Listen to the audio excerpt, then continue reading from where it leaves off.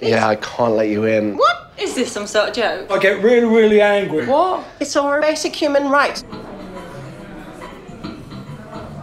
Hey, are you after the toilet? I'm afraid you can't. Are you serious? Yeah. No, but why? No, but why? You can go in. I can? Yes. Great.